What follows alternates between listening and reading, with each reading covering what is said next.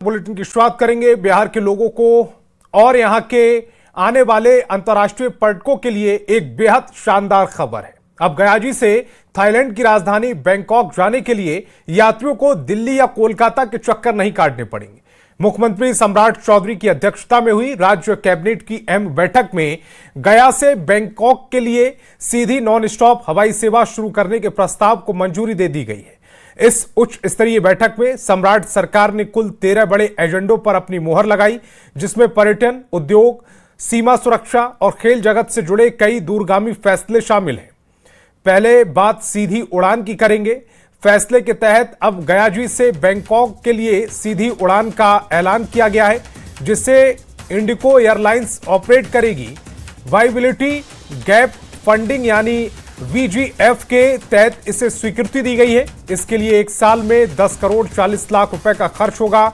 इससे थाईलैंड और दूसरे देशों से बौद्ध तीर्थयात्रियों आ सकेंगे। लिहाजा बिहार के पर्यटन उद्योग को रफ्तार मिलेगी, साथ ही स्थानीय स्तर पर रोजगार के नए मौके पैदा होंगे। इसके अलावा कैबिनेट में कई और फैसलों पर मोहर लगी, जैसे गयाजी इंडस्ट्रियल कॉरिडोर में नया डैम बनेगा, सीमा सुरक्षा के लिए बनेगा आईजी बॉर्डर का नया पद, युवा पेशेवर चयन नीति 2026 और नालंदा और कैमूर में भारी निवेश करने पर भी सरकार का फोकस है। बिहार में नए अंतर्राष्ट्रीय मार्गों पर हवाई संपर्कता बढ़ाने की नीति के तहत नए अंतर्राष्ट्रीय गंतव्यों हेतु नॉन स्टॉप वायु सेवा यानी बिना रुके वायु सेवा प्रदान करने के लिए आमंत्रित निविदा के आलोक में messrs InterGlobe aviation limited Indigo airlines से गयाजी बैंकॉक मार्ग हेतु प्राप्त एकल निविदा को बिहार वित्त संशोधन नियमावली के संगत प्रावधान के आलोक में नामांकन के आधार पर चयन करने तथा वायबिलिटी गैप फंडिंग के लिए 12 महीने के लिए अधिकतम 10 करोड़ 40 लाख रुपए मात्र की स्वीकृति दी गई। और मुजफ्फरपुर से बड़ी खबर है, करीब 30 लाख की विदेशी शराब बरामद की गई है। 6 से ज्यादा गाड़ियां जब्त की गई हैं। हथौड़ी थाना क्षेत्र के भदई चौक के पास ये एक्शन लिया गया। दरअसल मुजफ्फरपुर पुलिस ने इन दिनों शराब तस्करों के खिलाफ लगातार अभियान चला रही। इस कड़ी में पटना मद्य निषेध टीम ने सूचना मिली कि भदई चौक पर एक ट्रक से बड़ी मात्रा में विदेशी शराब उतारी जा रही है और उसे लग्जरी गाड़ियों समेत कई छोटी गाड़ियों में लादकर अलग अलग जगहों पर भेजने की योजना है। सूचना मिलते ही एसएसपी हथौड़ी थाना पुलिस की टीम के साथ मौके पर पहुंचे और इलाके की घेराबंदी की। हालांकि पुलिस की दबिश से पहले ही शराब तस्करों को भनक लग गई और वे मौके से फरार हो गए। इस कार्रवाई में पुलिस ने करीब 30 लाख की शराब और कई गाड़ियों को भी जब्त कर लिया। थाना अंतर्गत ग्राम भदई से एक ट्रक, एक थार गाड़ी, एक पिकअप वैन और 2 डिजायर कार पकड़ा गया और ट्रक पे कुल 3,389 लीटर विदेशी शराब बरामद किया गया है। इस संबंध में हथौड़ी थाना में प्राथमिकी संख्या 116/26 दिनांक 19/5/26 दर्ज की गई है, जिसमें 4 लोगों को नामजद किया गया है। इसके अतिरिक्त 5 गाड़ी के मालिक और उनके चालकों पर प्राथमिकी दर्ज की गई है। अरेस्टिंग वगैरह है? नहीं, अभी तक इसमें कोई गिरफ्तारी नहीं हुई।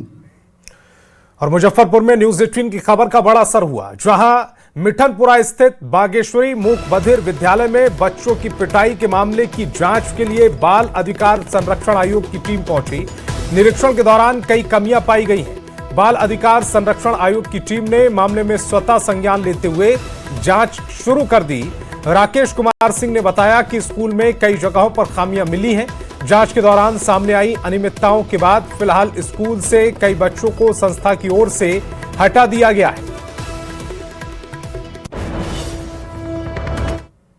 उसका स्वतः संज्ञान लेते हुए आज विद्यालय का निरीक्षण एवं भ्रमण किया है।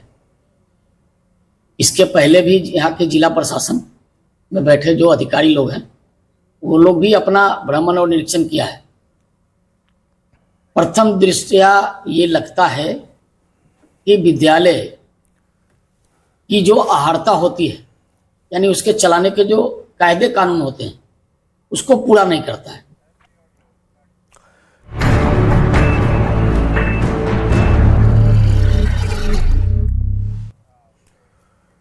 और उत्तर प्रदेश की राजधानी लखनऊ में छपरा गोमती नगर एक्सप्रेस में सिर कटी लाश मिलने का मामला सामने आया था। इस घटना के बाद पुलिस के लिए दो सबसे बड़े सवाल थे कि आखिर ये लड़की कौन है और इसको किसने मारा है। पुलिस ने अब इन केस को सुलझा लिया है और आरोपी को हिरासत में ले लिया है। रिपोर्ट दिखाते हैं।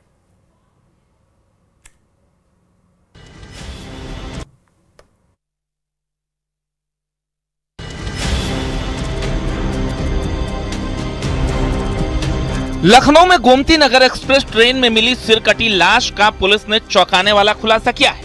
पुलिस के मुताबिक जिस लड़की की लाश ट्रेन में मिली थी वो 13 साल की नाबालिग थी, कुशीनगर की रहने वाली थी। इस लड़की का कातिल कोई और नहीं बल्कि उसका कसाई बाप ही निकला।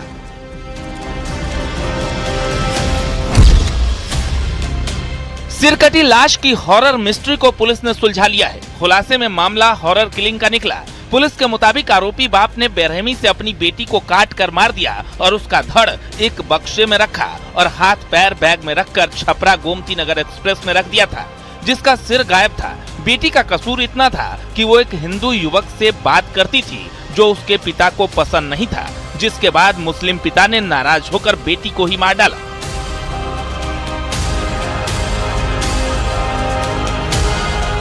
दरअसल बीते सोमवार को छपरा गोमती एक्सप्रेस ट्रेन में लड़की की सिरकटी लाश मिली थी, जिसके 5 टुकड़े किए गए थे और बैग और बक्से में ताला मारकर ट्रेन में छोड़ दिया गया था। बिना सिर के लाश की पहचान पुलिस के लिए किसी चुनौती से कम नहीं थी, लेकिन पुलिस ने जांच शुरू की। छपरा से गोमती नगर के बीच पड़ने वाले सभी 20 स्टेशनों के सीसीटीवी फुटेज खंगालने के बाद आरोपी का सुराग मिला तो मामला हॉरर किलिंग का निकला। आरोपी बिगन अंसारी को पुलिस ने गिरफ्तार कर लिया है।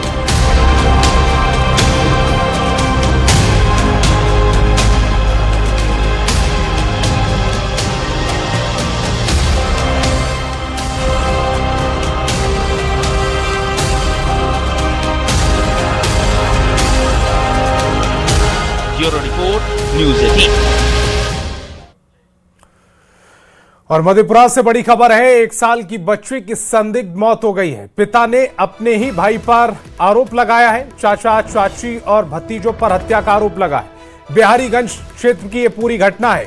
पीड़ित के मुताबिक बुधवार सुबह करीब 8:30 बजे भाई, पत्नी और 2 भतीजों समेत पीड़ित के घर पर आए और लाठी डंडों से हमला करना शुरू कर दिया। वहीं लड़ाई के दौरान 1 साल की बच्ची वहां आ गई, जिसे आरोपियों ने उठाकर पटक दिया, जिससे मौके पर ही मासूम की मौत हो गई। वहीं आरोपी भाई ने सभी आरोपों को खारिज करते हुए झूठी साजिश बताया, जबकि पड़ोसियों ने झगड़े और मारपीट की बात से इनकार किया है। पुलिस ने शव को कब्जे में लेकर पोस्टमार्टम के लिए भेजा, लेकिन बाद में बच्ची के माता पिता ने पोस्टमार्टम कराने से इनकार कर दिया। बहरहाल पुलिस मामले की जांच में जुटी है। गाड़ी का लोग हो रहा था घर में अपना बाल बच्चा में वो बोला कि गाड़ी का लोग करता मार उसको घर झुक करके मार, जेल में रहेंगे। आलम का बेटा चांद जो है वो उसने बोला कि मार दो, जेल में रहना। केस किया है कोर्ट में, जब आएगा ना तब मार देना। उसी पर आगे गेट खोल करके मारने लगा, घर में घुस करके मारने लगा। हमको भी लेकर बाबू के साथ पटक दिया, हमको बाबू के साथ मैंने फेंक दिया, हम बाबू बचाने। झगड़ा वगड़ा कुछ नहीं हुआ, नहीं जानते हैं हम। उसका बेटी मरता कांता होता, कुछ नहीं हुआ है। यहाँ पड़ोसी से पूछ लीजिए। कहाँ रहते थे वो घर में रहता, 3 दिन से फिरार था। 3 दिन से यहाँ नहीं था? 3 दिन से यहाँ घर में नहीं था। अच्छा, बच्ची बीमार भी रहती थी? बीमार था 2 महीने 1.5 महीने से। कहाँ इलाज कराते थे? ये पता नहीं कहाँ हम इलाज करता, वो भी नहीं। आप लोग से बातचीत होता था भाई से? नहीं, 9 महीना से बातचीत नहीं होता है। और छपरा में नदी किनारे वीडियो बनाना युवक को भारी पड़ गया। बताया जा रहा है कि मांझी स्थित रामघाट पर बुधवार दोपहर सरयू नदी में नहाते समय 4 दोस्तों में से एक की डूबकर मौत हो गई। सभी युवक मिलकर वीडियो बना रहे थे, तभी एक युवक गहरे पानी में चला गया और डूबने लगा, जिसे दोस्तों ने बचाने की कोशिश की, लेकिन वे असफल रहे। मौके पर मौजूद लोगों ने 3 युवकों को गहरे पानी से सकुशल बाहर निकाल लिया, लेकिन एक को बचाने में नाकामयाब रहे। बड़ी खबर भागलपुर से है, जहां पुलिस लाइन के पास बड़ा हादसा हुआ है। एक विशालकाय बरगद का पेड़ ई रिक्शा पर गिर गया, जिससे एक महिला यात्री गंभीर रूप से घायल हो गई। पेड़ गिरने से ई रिक्शा के परखच्चे उड़ गए। स्थानीय लोगों की मदद से घायल महिला को अस्पताल में भर्ती कराया। घटना के बाद मौके पर कुछ देर के लिए अफरा तफरी का माहौल बना रहा। तस्वीर देखिए, ये तस्वीर है पुलिस लाइन की, जहां पर एक विशालकाय बरगद एक रिक्शे पर जाकर गिरा। इस रिक्शे पर एक महिला बैठी हुई थी, जिसके ऊपर ये बरगद का पेड़ गिरा है, जिसकी स्थिति गंभीर है। महिला यात्री गंभीर रूप से घायल हो गई है, जिसे इलाज के लिए अस्पताल में भर्ती कराया गया। खबर मुजफ्फरपुर से, जहां आयोजित एक सहयोग शिविर में प्रशासनिक लापरवाही का चौंकाने वाला मामला सामने आया। शिविर में दिव्यांग को पंचर टायर और बंद पड़ी बैटरी वाली ट्राईसाइकिल थमाकर खानापूर्ति कर दी गई। यहां एक मजबूर दिव्यांग ट्राईसाइकिल को बाइक से बांधकर खींचते हुए नजर आया, जिसका वीडियो अब सोशल मीडिया पर तेजी से वायरल हो रहा है।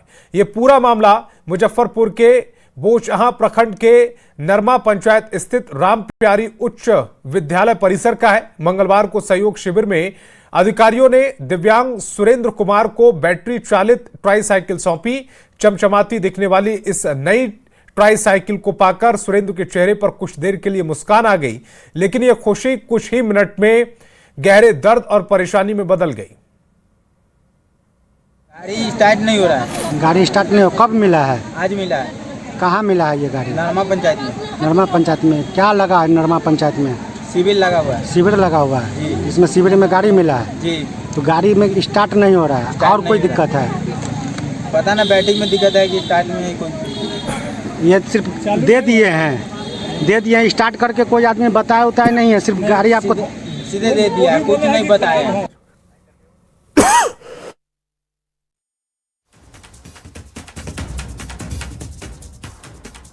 योगी ज्यादा जानकारी के साथ फोन लाइन पर जुड़ रहे हैं। प्रियांक सौरभ, ये जो लापरवाही का मामला आया है, ट्राईसाइकिल खींचकर ले जानी पड़ रही है, ये सहयोग शिविर के नाम से शिविर का आयोजन किया गया, इसमें कौन कौन से लोग शामिल थे? प्रशासनिक ये लापरवाही इन तस्वीरों में साफ नजर आ रही है, उन पर कार्रवाई क्या की जा रही है?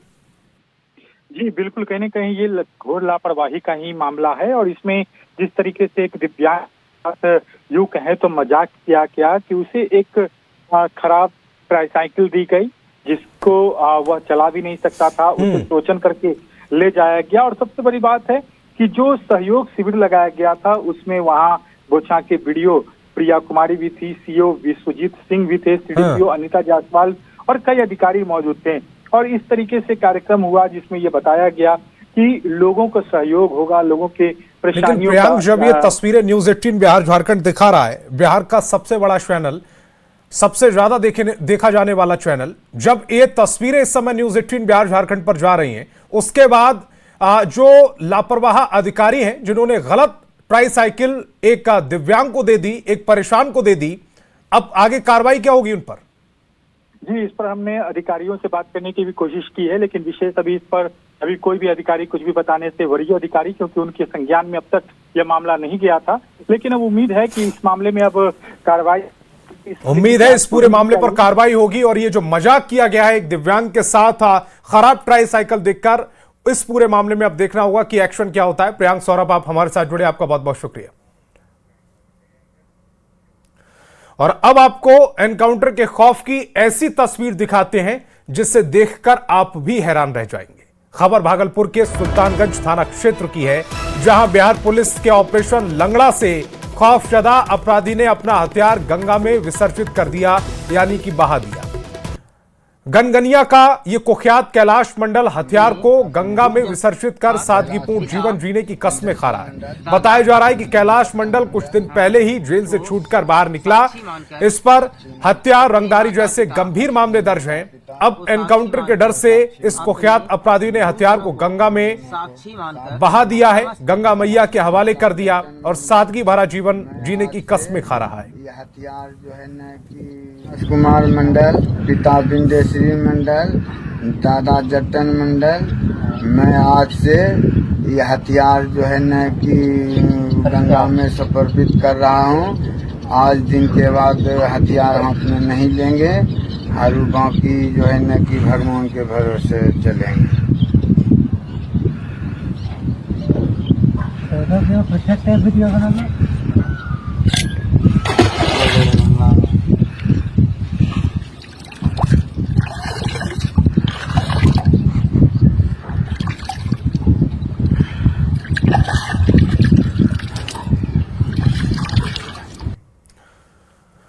भागलपुर में विक्रमशिला सेतु ध्वस्त होने के बाद लोगों की मुश्किलें लगातार बढ़ रही थी। लंबा रास्ता तय करने और घंटों जाम में फंसने से आम लोगों के साथ साथ ट्रांसपोर्ट कारोबार भी प्रभावित हो रहा था। लेकिन अब प्रशासन ने राहत की बड़ी पहल करते हुए गंगा नदी में 2 बड़े कार्गो जहाजों का संचालन शुरू कर दिया है, जिससे ट्रकों और भारी वाहनों की आवाजाही आसान हो सकेगी। रिपोर्ट देखिए।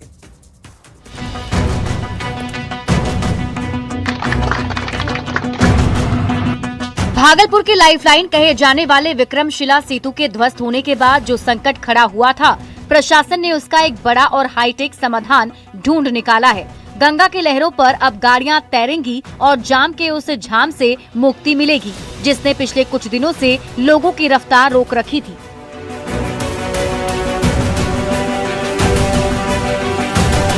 प्रशासन की मुस्तैदी देखिए। लोगों की परेशानी को दूर करने के लिए कोलकाता से 2 बड़े कार्गो जहाज मंगाए गए हैं। इनमें से एक बड़ा जहाज इतना ताकतवर है कि इस पर एक साथ करीब 30 ट्रक लोड हो सकते हैं, जबकि दूसरे जहाज पर 10 से 12 ट्रकों को ले जाने की क्षमता है। खुद सदर अनुमंडल पदाधिकारी विकास कुमार ने फीता काटकर विधिवत रूप से इस परिचालन का उद्घाटन किया है। आदरणीय जिला पदाधिकारी महोदय एवं एसएसपी सर के निर्देशन में इसको 2-3 दिन पहले से हम लोग चलाने का प्रयास कर रहे थे, लेकिन जो अप्रोच रोड है उसको ट्रकों के संचालन के अनुरूप बनाने में थोड़ी वक्त लग गई, लेकिन फिर भी आज से इसका संचालन शुरुआत करा दी गई है।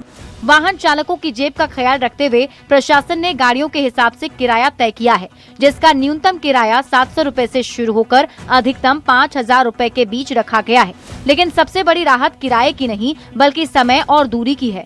अब तक जो गाड़ियां मीलों का लंबा चक्कर काटने को मजबूर थीं, वो अब चंद मिनटों में गंगा पार कर लेंगी। इस पर 25 से 30 ट्रक जो है एक साथ लोड होकर के जा सकता है इस कार्गो पे। तो इसके साथ ही माल मवेशी आदमी भी अगर जाना चाहेगा, सब यहाँ से सबका परिचालन होगा। और जो टिकट निर्धारित किया गया है जिला प्रशासन के द्वारा, वो उतना टिकट का उसको जो है पे करना है और यहाँ से उनको जाना है। पुल टूटने के बाद जो डर और परेशानी थी, प्रशासन की इस पहल ने उसे राहत में बदल दिया है। व्यापारियों से लेकर आम जनता तक ने इस फैसले की सराहना की है। साफ है कि जब नीयत सही हो तो रास्ते अपने आप बन जाते हैं। और भी जहाज यहाँ पर लाने की बात कही जा रही है। आने वाले दिनों में जो है वो भी जब यहाँ पर आएंगे तो ट्रकों का परिचालन और तेजी के साथ किया जा सकेगा, जिसका आज उद्घाटन जो है सदर अनुमंडल पदाधिकारी के द्वारा किया गया है। और सुरक्षा को लेकर जो है कई तरह के मापदंड जो है रखे गए हैं और सभी पर जो है मॉनिटरिंग की जा रही है। आशीष रंजन, न्यूज़ 18 भागलपुर। आज संजय झा ने नई दिल्ली में केंद्रीय नागरिक उड्डयन मंत्री किंजरापू राम मोहन नायडू से मुलाकात की और दरभंगा एयरपोर्ट के विकास से जुड़े कई मुद्दों पर चर्चा की। इस बात की जानकारी सांसद संजय झा ने खुद एक्स पर पोस्ट कर दी। उन्होंने पोस्ट में बताया कि केंद्रीय नागरिक उड्डयन मंत्री ने दरभंगा एयरपोर्ट से अंतर्राष्ट्रीय उड़ान शुरू करने के लिए अपने विभाग से संबंधित जरूरी कार्रवाई नवंबर तक पूरा करने और इस सिलसिले में गृह मंत्रालय से जुड़े विषयों पर भी जरूरी सहयोग करने का वादा किया है।